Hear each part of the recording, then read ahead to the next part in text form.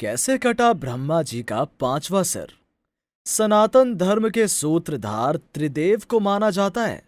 त्रिदेव यानी ब्रह्मा विष्णु महेश, अर्थात रचना जीवन मरण सब इन्हीं के हाथ में है। जैसे ब्रह्मा जी रचयिता हैं, विष्णु जी पालनहार हैं व शिव जी संहारक। इन त्रिदेवों में से कोई भी किसी भी व्यक्ति विशेष में भेद नहीं करते, सब समान हैं। लेकिन भगवान भी कभी कभी गलतियां कर बैठते हैं, जैसे परम पिता ब्रह्मा जी ने की थी, और इस कारणवश अपना पांचवा सर भी गवा दिया। हिंदू पौराणिक कथाओं में संपूर्ण सृष्टि का रचनाकार ब्रह्मा जी को कहा जाता है, जिन्होंने अपने ही शरीर से देवताओं, राक्षसों, पुरुषों और इस धरती पर मौजूद सारे प्राणियों को बनाया है। ऐसा माना जाता है कि ब्रह्मा के 4 सिर हैं, जिन्हें चारों वेदों के प्रतीक के तौर पर देखा जाता है। शुरू में उनके 5 सिर थे, जिनमें से एक को शिव जी ने क्रोध में आकर काट दिया था। एक सिद्धांत ये मानता है कि इंसान अक्सर उन्हीं देवी देवताओं की पूजा करता है जो आमतौर पर एक योद्धा होते हैं। भारत में सभी देवी देवताओं के मंदिर तो सहज ही मिल जाएंगे, पर ब्रह्मा जी का मंदिर विरले ही आपको देखने को मिलेगा। सरस्वती विद्या की देवी और ब्रह्मा सृष्टि के रचनाकार के भी मंदिर आपको शायद ही कभी मिल पाएंगे। शास्त्र अनुसार कहा जाता है कि ब्रह्मा ने सृजन के दौरान ही एक चौंकाने और बेहद ही सुंदर महिला को बनाया था।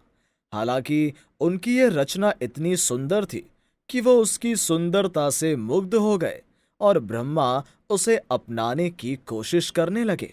ब्रह्मा जी अपने द्वारा उत्पन्न सतरूपा के प्रति आकृष्ट हो गए तथा उन्हें टकटकी बांध कर निहारने लगे। सतरूपा ने ब्रह्मा की दृष्टि से बचने की हर कोशिश की, किंतु असफल रही। कहा तो ये भी जाता है कि सतरूपा में हजारों जानवरों में बदल जाने की शक्ति थी और उन्होंने ब्रह्मा जी से बचने के लिए ऐसा किया भी।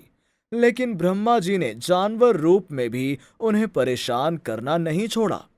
इसके अलावा ब्रह्मा जी की नजर से बचने के लिए सतरूपा ऊपर की ओर देखने लगी, तो ब्रह्मा जी ने अपना एक सिर ऊपर की ओर विकसित कर दिया, जिससे सतरूपा की हर कोशिश नाकाम हो गई।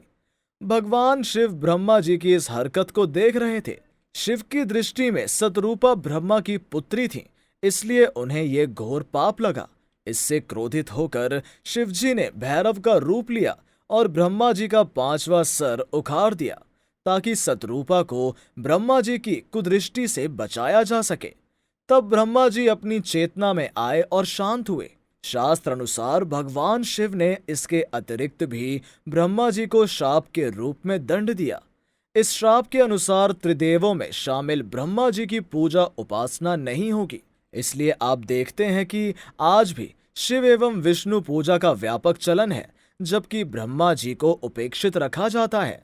धर्म के बुनियादी सिद्धांतों के अनुसार लोलुपता, वासना, लालच आदि की इच्छाओं को मोक्ष प्राप्ति का अवरोधक तत्व माना जाता है। इस तरह का काम करके ब्रह्मा जी ने पूरे मानव जाति के समक्ष एक अनैतिक उदाहरण पेश किया था, जिसके कारण उन्हें ये श्राप मिला था। जब ब्रह्मा और विष्णु जी का ये विवाद कि त्रिदेवों में कौन श्रेष्ठ है नियंत्रण से बाहर होने लगा, तब अन्य देव मुनियों ने त्रिदेवों में श्रेष्ठ के अंतर को स्थापित करने के लिए भगवान शिव की मदद मांगी। शिवलिंग को शिव का प्रतीक माना जाता है। शिव का अर्थ है कल्याणकारी और लिंग का अर्थ है सृजन। इस विवाद मैं बड़ा तो मैं बड़ा का अंत करने के लिए सदाशिव एक विशाल काय ज्योति स्तंभ रूप में प्रकट हुए, जिसके और छोर का पता अनिश्चित था।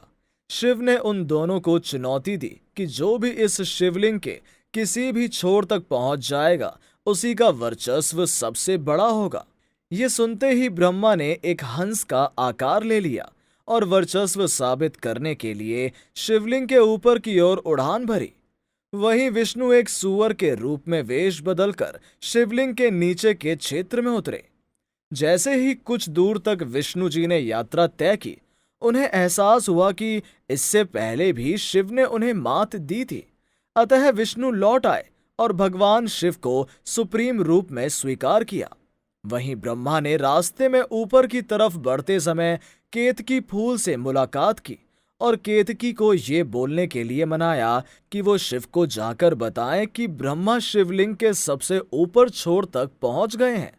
शास्त्र अनुसार ब्रह्मा जी की बात मानकर केतकी फूल ने भगवान शिव से झूठ कहा, जिसका पता शिव जी को लग गया। इसके बाद भगवान शिव ने क्रोधित होकर ब्रह्मा को श्राप दिया कि उनकी इस पृथ्वी पर कहीं भी पूजा नहीं की जाएगी और केतकी फूल का किसी भी धार्मिक अनुष्ठान में पूजा के लिए इस्तेमाल नहीं किया जाएगा। लाजमी है कि अन्य पौराणिक कहानियां अनैतिक गतिविधियों के प्रति डर पैदा करने के लिए बनाई गई होती हैं।